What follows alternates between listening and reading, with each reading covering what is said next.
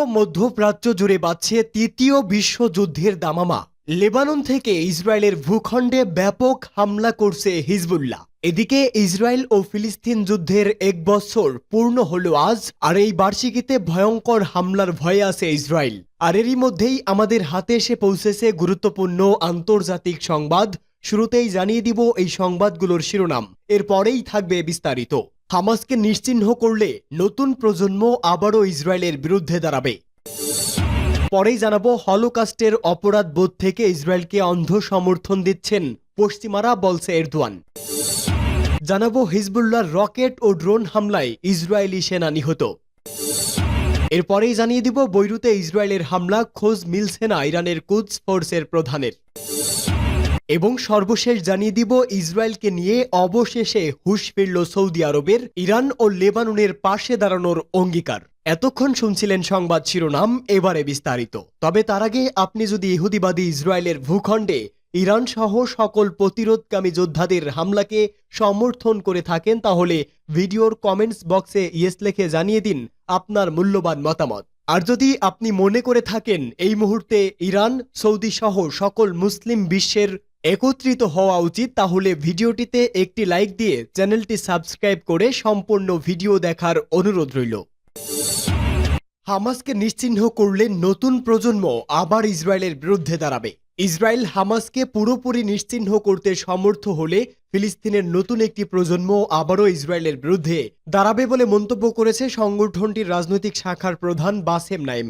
আল আরাবিয়াকে দেওয়া এক সাক্ষাৎকারে তিনি বলেন, এই যুদ্ধে হামাসকে যদি নির্মূল করাও হয়, তাহলে ইসরায়েল ও ফিলিস্তিনের মধ্যে চলা ৭৫ বছরের সংকট শেষ হবে না। গত বছরের ৭ অক্টোবর হামাসের নজিরবিহীন হামলার শিকার হওয়ার পর ফিলিস্তিনিদের সশস্ত্র ওই সংগঠনটিকে নিশ্চিহ্ন করে ফেলার প্রতিজ্ঞা নিয়ে গাজায় হামলা শুরু করে ইসরায়েল। হামাস যেন আর কোনোদিন তাদের জন্য হুমকি হয়ে উঠতে না পারে, সেজন্য 1 বছর ধরে হামলা অব্যাহত রেখেছে দখলদার দেশ ইসরায়েল। গাজা ইসরায়েলের অভিযানের 1 বছর পূর্ণ হয়েছে আজ। এই সময়ের মধ্যে প্রায় ৪২,০০০ ফিলিস্তিনি ইসরায়েলের নৃশংস হামলায় মারা গেছেন। নিহতদের একটি বড় অংশ নারী ও শিশু।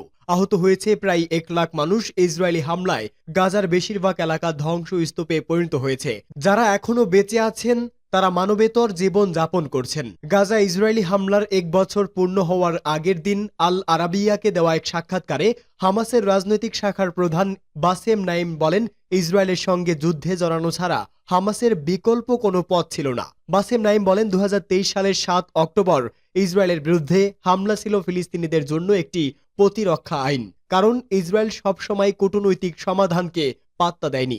হলোকাস্টারের অপরাধ বোধ থেকে ইসরায়েলকে অন্ধ সমর্থন দিচ্ছে পশ্চিমারা, মন্তব্য এরদোয়ানের। তুরস্কের প্রেসিডেন্ট রিসেপ তাইপ এরদোয়ান বলেছেন, দ্বিতীয় বিশ্বযুদ্ধের সময় ইউরোপে ইহুদিদের উপর চালানো গণহত্যার অপরাধ বোধের কারণে পশ্চিমারা ইসরায়েলকে অন্ধভাবে সমর্থন দিচ্ছে।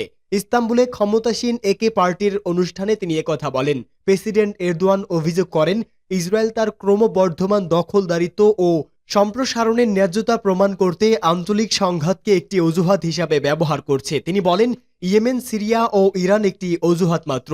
ইসরায়েলি সরকার তার দখলদারিত্ব ও আগ্রাসন নীতিকে বৈধতা দিতে প্রতিদিন নতুন নতুন যুক্তি উপস্থাপন করছে। গাজায় আমাদের ভাইরা ৩৬৪ দিন ধরে সব প্রতিকূলতা সত্ত্বেও বীরত্বের সঙ্গে ইহুদিবাদী দখলদারের প্রতিরোধ করে আসছে। তুরস্কের অবস্থানের উপর জোর দিয়ে এরদোয়ান বলেন, আঙ্কারা সবসময় সব উপায়ে গাজাকে সমর্থন দেওয়া অব্যাহত রাখবে। প্রথম দিন আমরা যে জায়গায় দাঁড়িয়েছিলাম আজও সেই জায়গায় দাঁড়িয়ে আছি। প্রথম দিন আমরা যে মূল্যবোধ রক্ষা করেছি আজও সেই মূল্যবোধকে রক্ষা করছি। তুরস্কই একমাত্র দেশ যারা ইসরায়েলের উপর অর্থনৈতিক নিষেধাজ্ঞা আরোপ করছে। হিজবুল্লাহর রকেট ও ড্রোন হামলায় ইসরায়েলি সেনা নিহত। ইসরায়েলি সেনাবাহিনী আইডিএফ ঘোষণা করেছে, লেবানন সীমান্ত লড়াইয়ের সময় তাদের এক রিজার্ভ সেনা নিহত হয়েছে। নিহত সেনার নাম মাস্টার সার্জেন্ট আটায়। এ সময় আর অপর 2 সহকর্মীও গুরুতর আহত হয়েছে, খবর টাইমস অব ইসরায়েলের। আইডিএফ আরও জানিয়েছে তাদের চিকিৎসার জন্য হাসপাতালে নিয়ে যাওয়া হয়েছে। এদিকে লেবাননের ইসলামী প্রতিরোধ আন্দোলন হিজবুল্লাহর যোদ্ধারা ইসরায়েলের উত্তরাঞ্চলীয় কিরিয়াত শামোনা শহরে অবৈধ ইহুদি বসতি ও অন্যান্য অবস্থান লক্ষ্য করে ঝাঁকে ঝাঁকে রকেট নিক্ষেপ করেছে।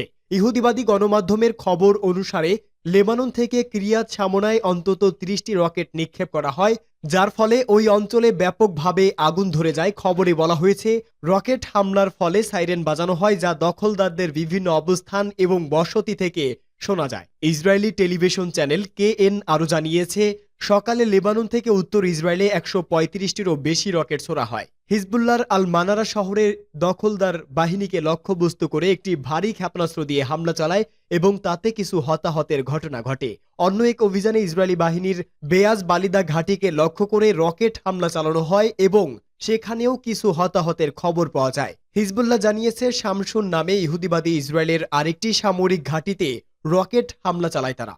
বৈরুতে ইসরায়েলের হামলা খোঁজ মিলছে না ইরানের কুদস ফোর্স প্রধানের। ইরানের এলিট ফোর্স কুদস বাহিনীর প্রধান ব্রিগেডিয়ার জেনারেল ইসমাইল কানির খোঁজ পাওয়া যাচ্ছে না। হিজবুল্লাহ প্রধান হাসান নাসরুল্লাহ নিহত হওয়ার পরদিন তিনি লেবাননে গিয়েছিলেন। তবে গত সপ্তাহে বৈরুতে ইসরায়েলি হামলার পর থেকে তিনি যোগাযোগের বাইরে রয়েছেন। এক প্রতিবেদনে এ তথ্য জানিয়েছে বার্তা সংস্থা রয়টার্স। প্রতিবেদনে বলা হয়েছে, ইরানের কুদস ফোর্সের কমান্ডার ইসমাইল কানি গত সপ্তাহের শেষের দিকে বৈরুতে হামলার পর থেকে যোগাযোগের বাইরে রয়েছে বলে ইরানের দুই সিনিয়র নিরাপত্তা কর্মকর্তা রয়টার্সকে জানিয়েছে। গত মাসে ইসরায়েলি বিমান হামলায় হিজবুল্লাহর নেতা সৈয়দ হাসান নাসরুল্লাহ নিহত হওয়ার পর তিনি লেবাননে গিয়েছিলেন। একজন কর্মকর্তা বলেছে, লেবাননে যাওয়ার পর কানি বৈরুতের দক্ষিণ শহরতলিতে ছিলেন, যা দাহিও নামে পরিচিত। গত সপ্তাহে হিজবুল্লাহর সিনিয়র নেতা হাশেম সাফি উদ্দিনকে লক্ষ্য করে সেখানে ইসরায়েল হামলা করেছে বলে জানা গেছে। তবে ওই কর্মকর্তা বলেছে, তিনি সেখানে সাফি উদ্দিনের সাথে দেখা করছিলেন না। হিজবুল্লাহর একজন কর্মকর্তা বলেছে, গত বৃহস্পতিবার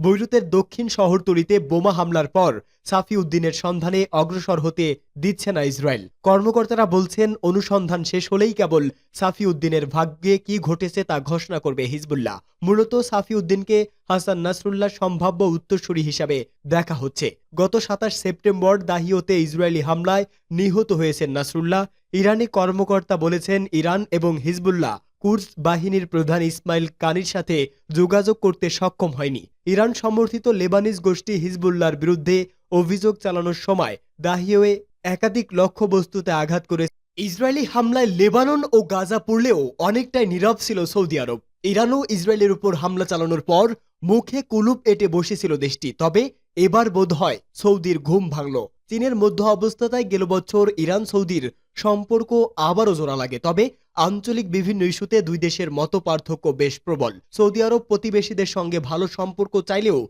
রিয়াদ চায় না তেহরান তাকে ছাড়িয়ে যাক। এজন্য তেহরান বিরোধী জোটেও রিয়াদকে দেখা গেছে বারবার। এজন্য প্রতিরোধ যোদ্ধাদের প্রধান হাসান নাসরুল্লাহ নিহত হওয়ার পাল্টা প্রতিক্রিয়ায় ইসরায়েলে ইরান হামলা চালালেও চুপ ছিল সৌদি। তবে এবার হুঁশ ফিরেছে দেশটির। সৌদির পররাষ্ট্রমন্ত্রী ফয়সাল বিন ফারহানের সঙ্গে ইরানের প্রেসিডেন্ট মাসুদ পেজুশকিয়ানের সাক্ষাতে তা স্পষ্ট হয়েছে। উভয় নেতা এ সময় লেবানন ও ফিলিস্তিনে ইসরায়েলি আগ্রাসন নিয়ে আলোচনা করেছেন। ইসরায়েলের অপরাধের বিরুদ্ধে ইসলামী দেশগুলোর ঐক্য হওয়ার আহ্বান জানিয়েছে তারা। কাতারে এশিয়ান কো-অপারেশন ডায়ালগ সামিটের এক ফাঁকে এই আলোচনা হয়। সম্মেলনে মুসলিম দেশগুলোর মধ্যে সম্পর্ক বাড়ানোর ব্যাপারে জোর দেন পেজোশকিয়ান। তিনি বলেন, সৌদি আরবের মতো মুসলিম দেশ যাদেরকে আমরা ভাই বলে মনে করি, তাদের উচিত মতভেদ পাশ কাটিয়ে ঐক্যবদ্ধ হওয়া। সৌদি পররাষ্ট্রমন্ত্রীও ইরানের সঙ্গে সম্পর্ক বাড়ানোর উপর জোরারোপ করেন। ইসরায়েল পুরো অঞ্চল যুদ্ধ ছড়িয়ে দেওয়ার পায়তারা করছে বলেও ইঙ্গিত দেন ফয়সাল বিন ফারহান।